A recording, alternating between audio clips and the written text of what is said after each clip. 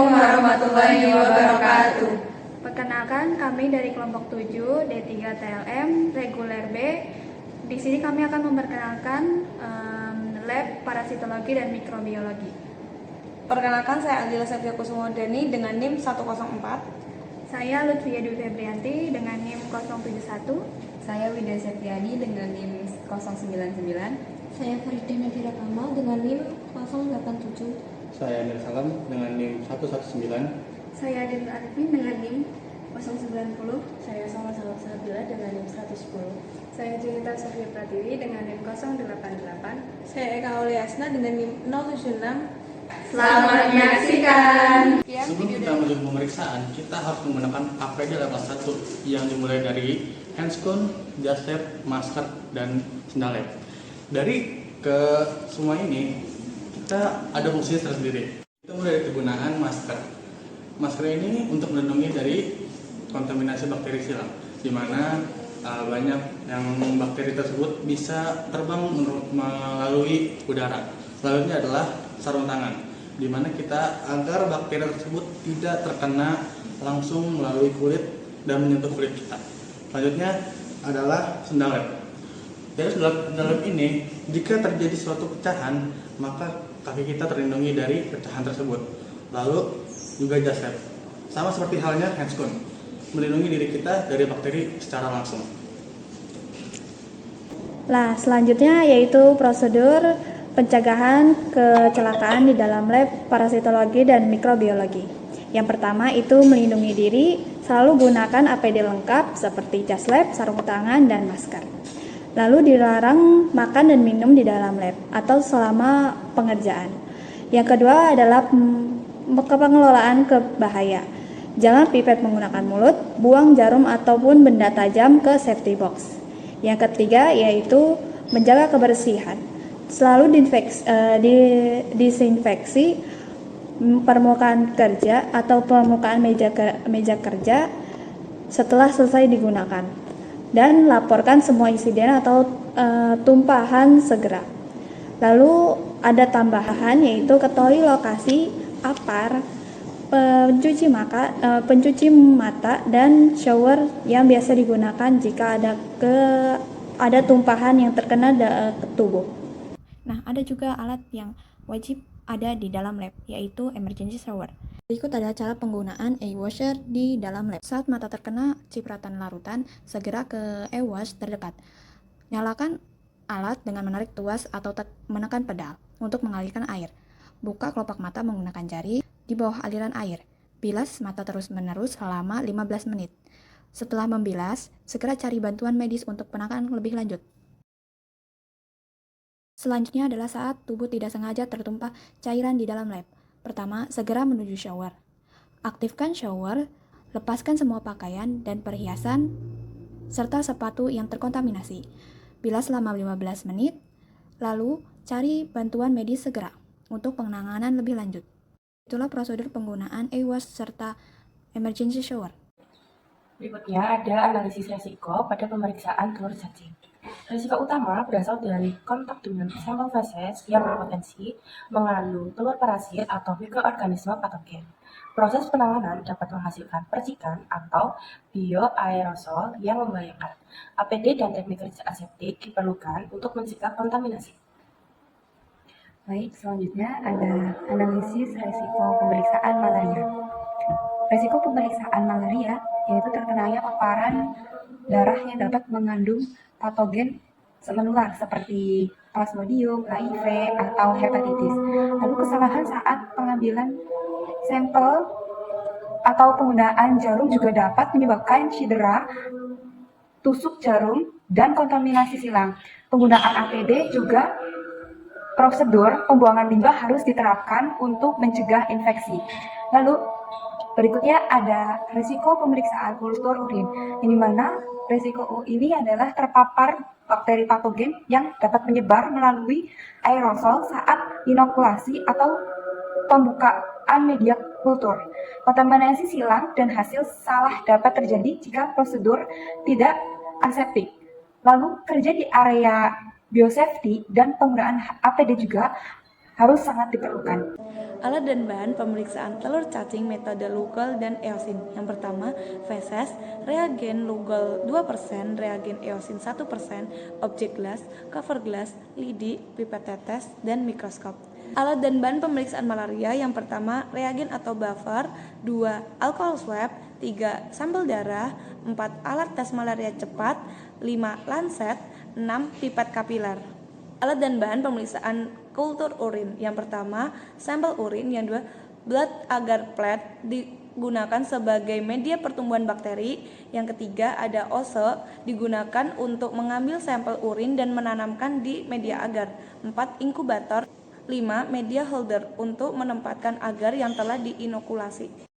Sebelum melakukan pemeriksaan, ada hal yang harus diperhatikan, yaitu mencuci tangan. Pertama, gosok kedua telapak tangan. Yang kedua, gosok punggung tangan secara bergantian. Ketiga, gosok sela-sela tangan. Keempat, putar jempol ke dalam secara bergantian. Kelima, kunci tangan. Dan yang terakhir, gosok ujung jari bergantian. Setelah cuci tangan, barulah kita siap untuk melaksanakan pemeriksaan. Prosedur pemeriksaan telur cacing metode Lugol dan Eosin. Cara membuat sediaan. Yang pertama, teteskan reagen Lugol sebanyak 2-3 tetes di tengah objek gelas.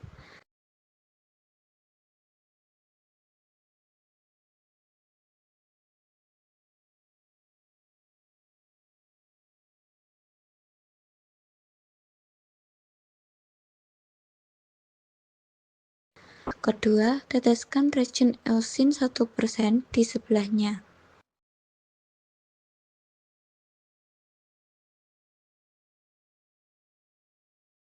Ketiga, ambil sedikit sampel feses yang sudah diawetkan menggunakan lidi. Keempat, taruh sampel feses di sebelah tetesan Lugol dan Eosin.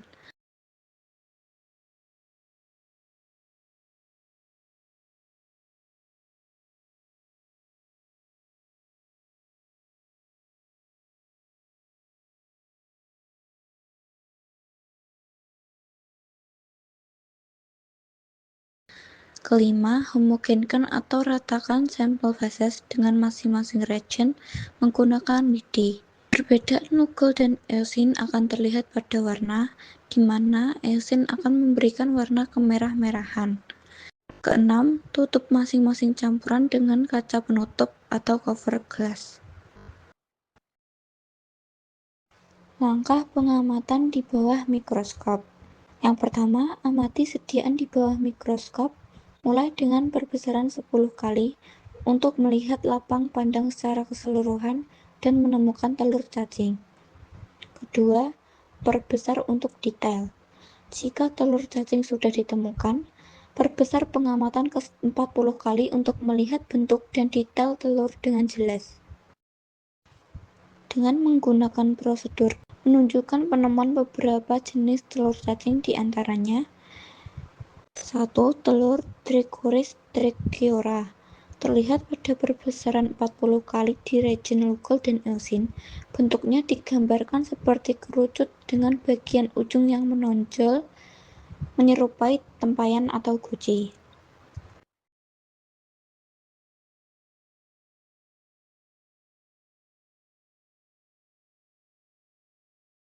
2.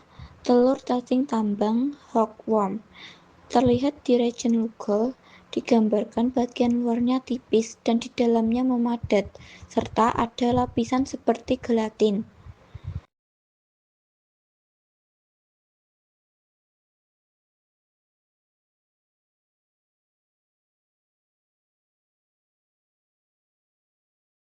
3. Telur Ascaris lumbricoides ditemukan di reagen Eosin dan Lugol.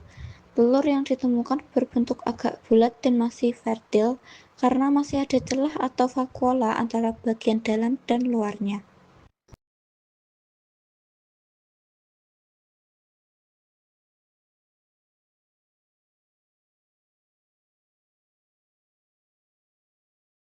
Pemeriksaan malaria dengan metode rapid. Pertama, siapkan alat dan bahan yang akan digunakan, lalu pastikan alat dalam kondisi steril dan belum kadaluarsa. Selanjutnya, lakukan pengambilan darah kapiler, lalu teteskan darah ke area khusus pada alat rapid. Tambahkan larutan buffer sesuai petunjuk pada kemasan, lalu tunggu beberapa menit. 1 garis pada kontrol menandakan hasil negatif, sedangkan 2 garis menunjukkan hasil positif. Pada video ini kita akan membahas prosedur penanaman kultur urin. Tujuan dari pemeriksaan ini adalah menentukan jenis dan jumlah bakteri dalam sampel. Ini krusial untuk mendiagnosis infeksi saluran kemih atau ISK. Untuk kultur urin, kita menggunakan OC loop terkalibrasi. Umumnya OC biru adalah 1 mikroliter. Penggunaan OC 1 mikroliter ini penting karena untuk mendapatkan hasil koloni forming unit per milimeter, jumlah koloni yang kita hitung nanti akan dikalikan dengan 1000. Ingat, kualitas sampel sangat penting. Pastikan sampel urin diambil dengan teknik mainstream yang benar untuk menghindari kontaminasi. Media yang kita gunakan adalah blood agar plate atau BAP sebagai media non-selektif dan MAC-Concave agar atau MAC sebagai media selektif untuk bakteri gram negatif. Langkah pertama, homogenisasi sampel urin dengan memutarnya secara perlahan. Lalu, celupkan OC terkalibrasi ke dalam sampel urin. Selanjutnya, goreskan OC secara lurus dan vertikal tepat di tengah-tengah permukaan BAP, lalu ulangi pada MAC. Sekarang, dengan OC yang sama, sebarkan urin dari garis vertikal tadi secara horizontal memenuhi seluruh lempeng. Lalu putar lempeng 90 derajat. Lalu ulangi goresan untuk memastikan penyebaran maksimal dan mendapatkan koloni yang terpisah. Ulangi teknik streaking ini pada MAC-Concave agar. Perlu diingat, selalu goreskan dari BAP ke MAC, jangan sebaliknya untuk menghindari kontaminasi zat penghambat dari MAC ke BAP.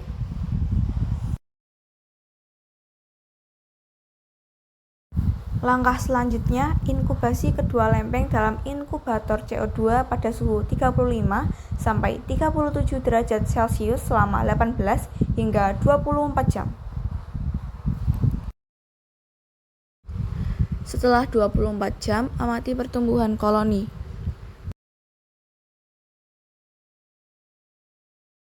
Yang terakhir adalah lakukan pewarnaan gram, identifikasi biokimia, dan uji sensitivitas antibiotik untuk memastikan pengobatan yang tepat. Itulah prosedur penanaman kultur urin.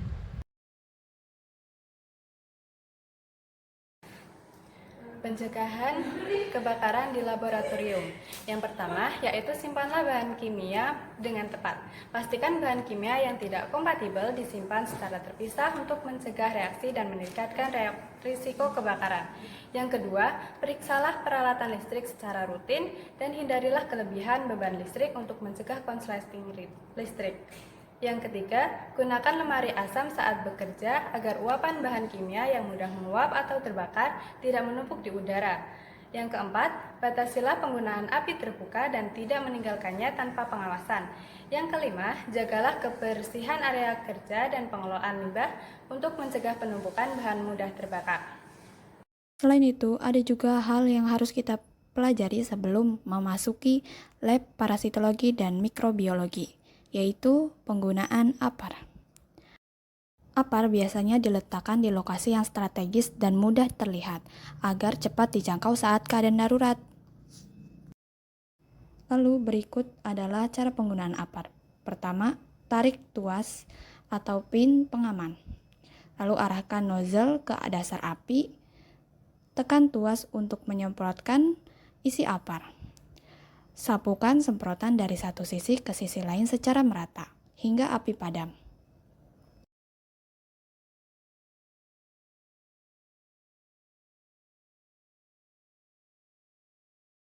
Begitulah cara ataupun prosedur dalam penggunaan APAR. Sekian video dari kami, semoga bermanfaat. Wassalamualaikum warahmatullahi wabarakatuh.